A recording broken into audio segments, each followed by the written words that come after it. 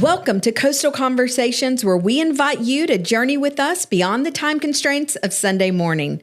Whether you're a regular attender, a curious seeker, or someone just checking us out, we hope you find this podcast of value. So grab your headphones and let's get this conversation started. Welcome back to another episode of Coastal Conversations. I have a special guest with me. He's only been on the podcast one time, and you guys he hosted it for me when I had to step away. So he hasn't actually been a guest. So today is his first time as a guest here on Coastal Conversations. Welcome with me, Pastor Tim Simmons. Hey. Hey, so thanks for being here. I'm just happy to be. I would rather be here as the guest than I would be the host. I don't want to sit in that seat. I like this seat. Yeah, you were a little nervous when you had to do it, which I was shocked because usually things come easy. It's pretty nerve-wracking, but I am very happy to be here. Thank you for having me. Thanks for coming today. We're going to talk through, like we've been doing these last few episodes of Pastor Chad's sermon series on the book of Job, which has been incredibly deep. Yeah. But before we get to that, I kind of want to talk about like what the Bible talks about. No man knows the day nor the hour. Oh, yeah. Actually, that's when the Son of Man cometh. But we're going to talk about the building. No man knows the day or the hour when the building is going to be done. That's right. Or do we? Well, we do. I mean, we do. We do to some degree. Yeah. And it's a great question because it affects all of our people. Yes. I mean, I have to say to all of our listeners, because I don't get to, talk to them in group form, but how amazing Coastal Church people have been just by the simple fact that we have made it very difficult through a construction process for people to come to church. Yes, we have. I mean, I heard one person call it, they walked out and they saw the fencing and they go, is this Coastal Correctional Facilities? Oh gosh, it does kind of look scary. And our people, we've never lacked in attendance. No. So many phenomenal metrics have happened through construction. I just want to say thank you to all of the Coastal Conversation listeners who show up faithfully every single week. That's right. It has been an incredibly long journey. This is such a fitting series for you to ask because it's really about attack of the enemy. Mm-hmm. And Pastor Chad and I can tell you that from the first day that we tried to expand our campus, it has been a 3-year, 4-year, really just walking through attacks after attack. It really has. It's going phenomenal. So we're finally at a place where there's tremendous progress. People can now see kind of what the construction's going to be. Yeah. Because I know sometimes on paper and on screens, you can't really tell, but now you can see that there's an 8,000 square foot lobby that spans across our 2 current buildings and 1 brand new building. There's a 7,000 square foot addition of just next gen space because our kids are growing. So we feel that we have adequate space to move into the future for our growth, because Coastal Church has grown through every single season, which is really phenomenal. I know. So if the contractors were talking, they would say sometime in the end of January, February, they is where they would like to see the project completed. There's a lot left to do. So they're framing, they're about to put brickwork up this week. So our campus is going to be brick and board and batten. It's going to be very coastal. They've only just started sheetrocking the interior wall. So they're in that phase where they're putting in electrical, HVAC, mechanical. They're starting to sheetrock. You should see brick going up this week. Then glass will come in. And then they'll start working on the parking lot. So we'll have some parking lot landscape additions, parking lot additions to accommodate the square footage. And again, I think somewhere in that February, we're going to be really close. Mm-hmm. And we're super excited about it. Thank you for asking. And I'm excited about it. And like even last week, just the little details, picking out floors, picking out cabinetry, picking out countertops and all of that's fun. I'm not so good exciting. at it, but it's going to be a phenomenal space for families to I come. Agree. In my opinion, I don't think there's going to be anything like it. So I'm just so excited to see it go up, and we're excited for what God's going to do with it. Yeah, me too. Thanks for that update. Yep. Okay, well, let's get into it. This week we talked about responding to physical trauma. Yeah. So we're working through this book of Job, and we're talking about the different traumas that Job faced. Yeah.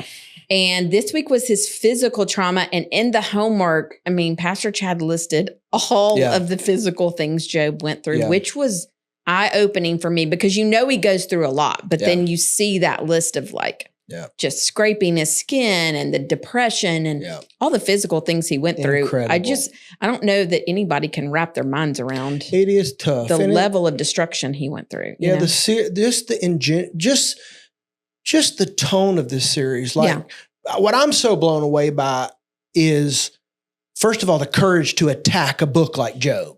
Okay? Yes, that's true. So just the breadth of study, and you get it. I don't know if you guys, if you're not paying attention to the homework, Pastor Chad does an immense job. I feel like almost every sermon could be a little mini book. Mm-hmm. And, I've said, this needs to be in print somewhere, because he's also such a great writer. But he's great at, when you mention these infirmities in the list and the homework, mm-hmm. and they're so specific. One of the things that I love about Pastor Chad and I love about this series is, and a lot of people may not know, but not a lot of pastors don't labor over what they're going to talk about to the degree that Chad Stafford does. Yeah, and I get to kind of be a front row person because I'm kind of the backup speaker, but mm-hmm. I get to see the labor he puts into, let's say, an approach to Job. And you can see it when it's delivered. You can see it in the homework because of the study.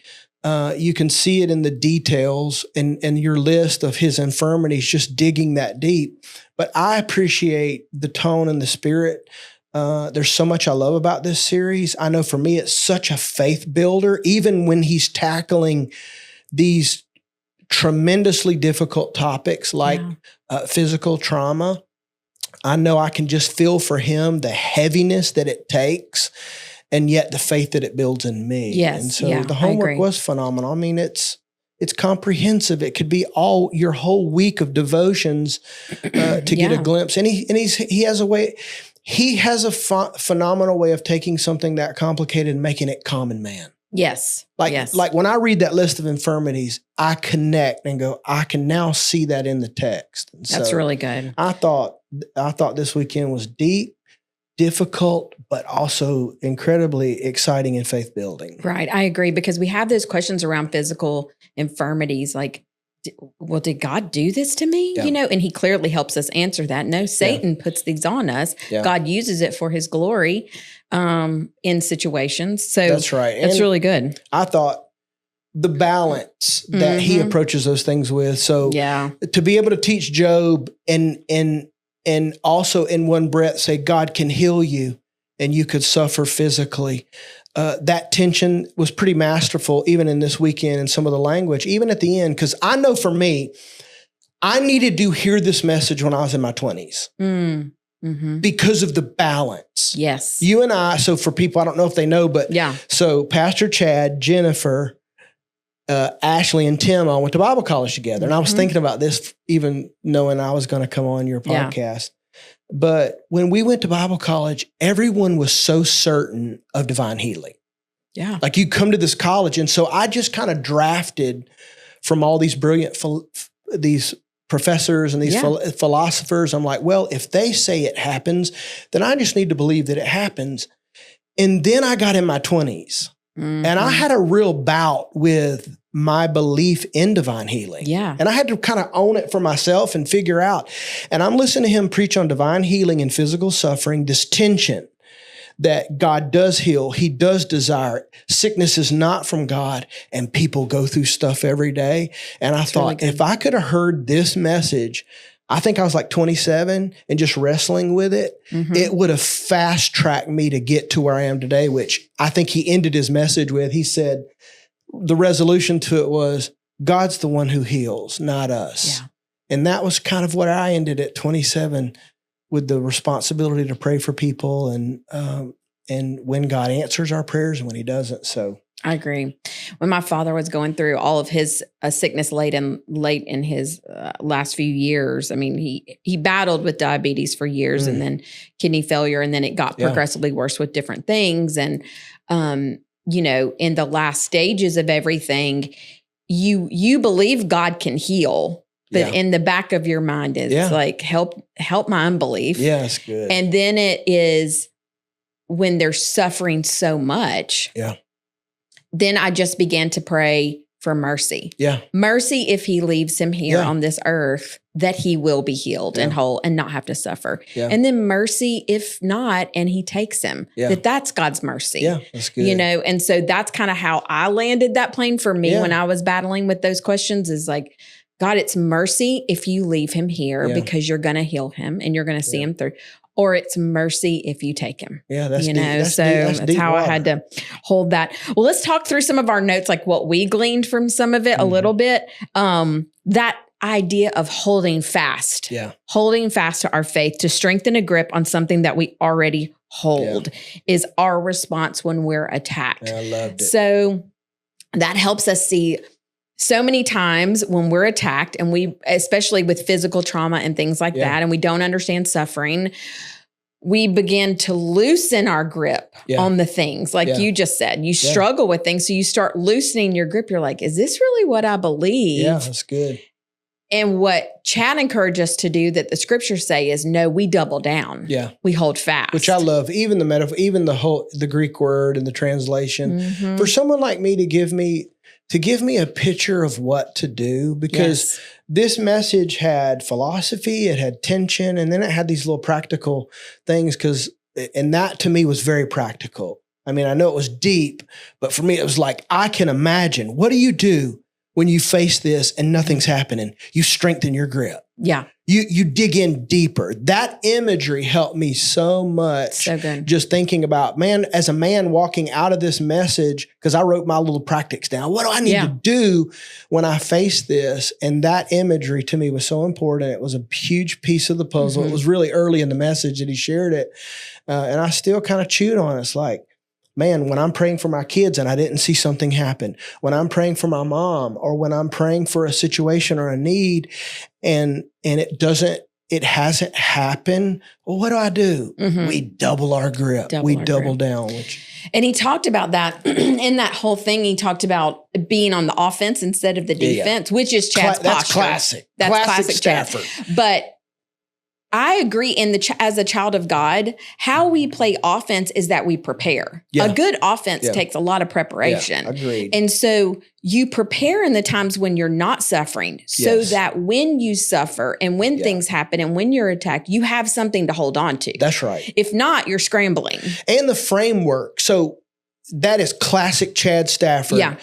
Because if you hear him all the time and you hear this language leak out and it talks about how he views your discipleship, he's always talking about, don't let the devil kick your butt. Yeah. And he's essentially saying, because I like that, because first of all, it gives us a target enemy. Like, okay, my situation's not my problem. I can now see the enemy is the person I'm at war against. So that helps us not be at war with our spouse, not be at war with our boss, so it gives us an identifiable target. And then, of course, his posture, and I think it is biblically accurate, even for the disciple, I can only be offensive. I can only move forward. Yeah. I can only, in the preparation, the planning, I love, and I think it might have been last weekend in the message, but these two are so, the whole essence of Job is so similar, but he talked about, I've already won when I've already crucified my flesh in my morning devotion. That's offensive, offense, take ground language that I thought was important. Even a piece of this message, because nothing deflates the human soul like sickness. That's nothing can steal your faith like being sick. Yeah. And I think that what that language does is that when we face sickness, it gives us kind of some handle grips to fight with. Like, man, I know what I'm supposed to do. I'm not supposed to just take this. I'm supposed to fight. And I thought that was important. It's really good. I love the idea that he keeps saying over and over every week that God is defending Job. Like by allowing God to go through this, he's actually defending Job to the enemy, because he knows Job's integrity will handle it and hold up. That's a big thought. Like, and what I thought when he said that, I was like, would that be what God would say of me? Oh, that's a great question. You know, like, that's a scary question. It's so scary. Yeah. Like, I think if the devil were to go into the presence of God and say, you can test her. I mean, like, let me test her. Would God say, sure, because I know her integrity. I know she would hold fast. You know, that's a big thought to think about. That is big. And I'm scared to ask that. Yeah, I think about I think about the little areas of my life that I lose faith, or that I lose the victory, or I lose my patience, and I'm like, if I can't handle this little moment, but maybe the essence of Job is to challenge us on that level and say, man, this guy maintained his integrity. He wouldn't curse God. Yeah. He didn't sin. and face the deepest level trauma any human can face. Even thinking about like any parent who's lost a child. Yeah. Stop right there. It's like, could I maintain my integrity through that? But maybe, because I know that passage says in the New Testament that all Old Testament stories and teachings are meant for our benefit, for us to learn, for us to see. Yes. And maybe your question is a question Job provokes us to ask. Mm-hmm. How would I handle myself? And I'd love to be able to say, man, I would rise to the occasion, Right. but I think it's by the grace of God. And That's good. yeah. Yeah, he gives us the grace to walk through those things too, He does. in the times that we need it. He talks about that God, and we briefly mentioned this, so we won't labor on this point, but that God doesn't give us sickness because he doesn't have sickness to give, which is a big thing, because many times it's like, well, God must have, broke my legs, or God must have given me diabetes because he wanted me to, or he's punishing me because I did this. We have this sick view of God. Yeah. And Chad helped us see that, no, he's a father. He's a good father. He's a parent. If we wouldn't do it to our children, why would our heavenly Father do it to us? Yeah.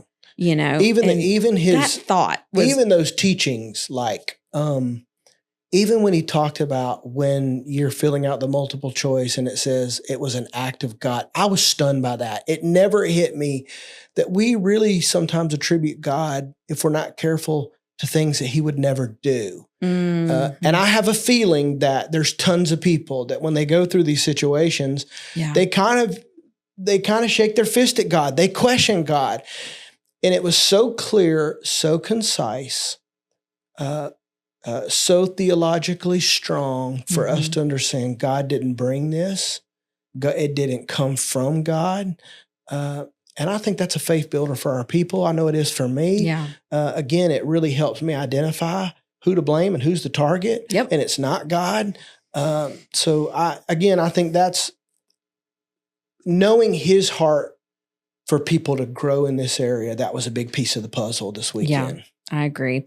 Well, as we kind of wrap up our talk today, I think at the end of his sermon, he talked about this. Our confession, our grip of what we've talked about is really, the confession needs to be who Jesus is and what he has done. Yeah. And so when we go through seasons of this, our confession, because we ended with a confession this week, which I thought was really powerful. Yeah. That confession was all about, God, this is who you are. Yeah. You're a healer. Yeah. You're a deliverer. Yeah. And you only know good. So you good. only have good for us. These are the things you are, and this is what you do. Yeah. And we don't have to remind God of it. We have to remind ourselves of it, during those seasons. And I thought that was a powerful way to kind of wrap up and tie that up. It was. And my thing, even thinking about, I love Jesus preaching. Mm-hmm. And for him to take the book of Job and him to paint that picture, he was taken outside of a city, he scraped with the pottery, he scraped the boils when he had these skin irritations. And then to paint the picture in the book of Matthew that Jesus was taken outside the city. Yes, yeah. And then to paint the picture in the book of Hebrews. So to take the book of Job and tie it in to the cross, who Jesus is and what he had done for us. Yep. That's good. Masterful preaching, in my opinion. When a person can take the book of Job, tie it into the act of Christ, and like you said, what are the two most important questions we could ever ask one another? Who is Jesus, and what did he do? What did he do? Mm-hmm. And I think the book of Hebrews says that Jesus is the same yesterday, today, and forever. So if Jesus doesn't change, if I can figure out, and I love Pastor Chad because he is also going to drive you to study the Bible for yourself. I remember after about a year of coming back, listening to his preaching, I said, man, you do as good as anybody on the planet to remind people you got to get in your word daily. Mm-hmm. So when I hear him speak and he says, we hold fast to our confession, book of Hebrews. And the questions are, who is Jesus and what did he do for us? Well, if I could get in my devotions and I can figure out who Jesus is and what he did for me, to me, that is the foundation for divine healing in my life, because then it doesn't matter. Because you mentioned your dad, and I think about what a phenomenal and godly man and what you walked through. And I think about Ashley's dad. Yep.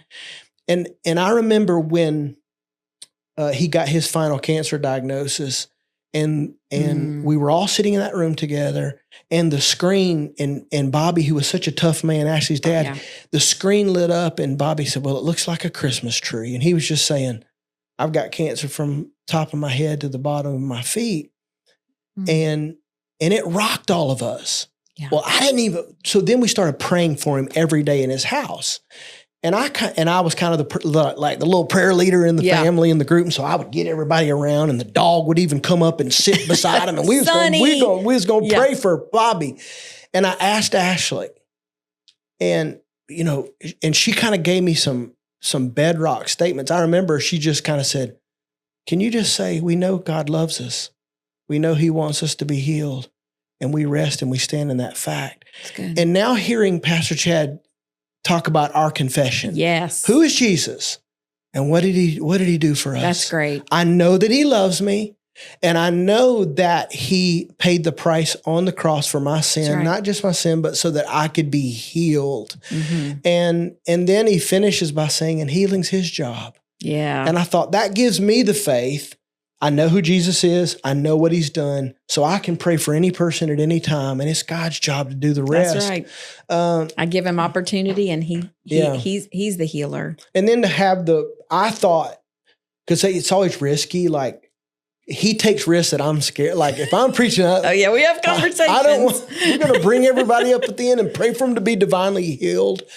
That to me is the evidence of his faith in his theology. Okay, so you got a guy out there saying, yes, you can physically suffer, but God will divinely heal you. And there's a tension there that we all have to manage. Yep. Okay, and you nail that. But then you go, now, we even have prayer training where we had a prayer luncheon, because I know he had so much anticipation of what God was going to do. We're training prayer partners because for that moment. And to me, it was the evidence of the kind of church that we have. And what I'm really excited and proud to be a part of, that, man, we will walk with you through your physical suffering. We know that's a very real thing. That's right. But we're also the church at the end is going to get out anointing oil and believe God for him to intervene in that moment. And I thought that was a really powerful way to end it. Yeah. It was courageous. It took courage for people to walk up and be prayed for. It was very powerful. Did. There was a lot of people too. There was. And we can only expect to hear the testimonies of good things, which we always hear. But it's just a great day. I really agree. And I really think that a lot of people's faith was built up and encouraged. And maybe they've never been in a church that believed in divine healing, like you said, and holds that tension, like these things happen, but also we believe that God is able, and all healing comes from God. He brought that back to us. So good. So whether we, I have bad eyes, so I wear glasses, or I take a pill for my blood pressure or whatever, and he has talked about this before. Chad has mentioned this before, that, who's to say that God doesn't divinely inspire that pharmacist to produce that pill that heals my body? Yeah, that's because good. all healing comes from him. He gives us ultimate knowledge and wisdom to produce these things. So God, whether I have to take a pill for my healing or that you supernaturally do it above and beyond what doctors can even do. That's gotta be. All healing comes from God. That has to be the perspective that the book of Job is put here for. If you think about it, it's really in essence has to be the summary of what does the book of Job provide for us? And that's the number one, see the goodness of God in every season, in any situation, and figure that out, whether it's through the pharmacist or whether his divine hand. I'm diligently seeing the goodness of God made evident. And I think that came through in the message. I think it would be really cool to be like a, what do you call it? Like a library mark, or like a message that any person that's going through sickness or struggle, to be able for this to be a resource for them, because people don't know. I think he's as good a writer as he is a speaker. And when I go back and read the notes, I'm like, man, there's so much good content that maybe this could be a resource for people walking through physical trauma that could build their faith. Give them such a good perspective on the tension that exists, and then give them those practical, at least for me, those practical ideas of, man, we double down by holding tighter, we strengthen our grip. we hold fast to our confession. We have something to say through those seasons of our life. I think could be so helpful for people. I know it was helpful for me and tons of other people in that room. It's really good. Thank you for that. This week, we are going to continue with relational trauma. I think you're up to bat. Oh, yeah. Yeah. You in it to win it? I don't know. I'm always, after I sit down and I go, man, following Pastor Chad, especially in a book like the book of Job, I have to be disciplined to be me. Yes. And I think that's what's the beauty of you guys as team, your partnership, is that Chad brings strengths and then you bring your strengths and then they just work together. Well, it does work. Well, yeah. I'm so honored to be a part. And I know how seriously he takes that pulpit. So first of all, it's a great honor. Yeah. We're going to talk about Job and his spouse and marriage, and there's going to be a lot of grace. Hope to really bring a perspective of we can all put ourselves in Job's wife's position, which basically, I really don't want to deal with this anymore. Is there any way that we can get out of this trauma? Let's just get over it. And how to work through that. And so I hope, I'm excited about it. I'm prayed up about it. It's going to be great. And just how do we respond when the devil attacks our marriage? Which if you've been married more than 5 minutes, there is something trying to make it tough. And we got to figure that out. We do. Well, thanks for being on this episode today. We haven't been ending with a favorite thing. We've kind of like let that go by the wayside. Do you have a favorite thing that you want to tell people right now? About? Favorite thing I have.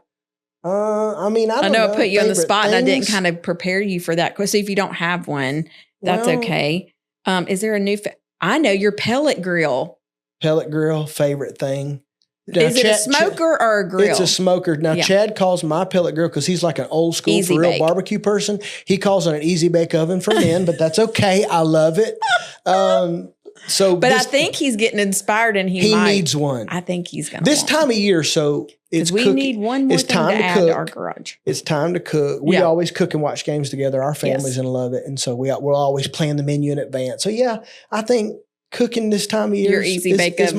My easy bake oven for man is my favorite thing. Yes. Right now. Yes. All right. Well, thank you for being on this episode. Thank you for everything you do for Coastal Church and how you lead our team.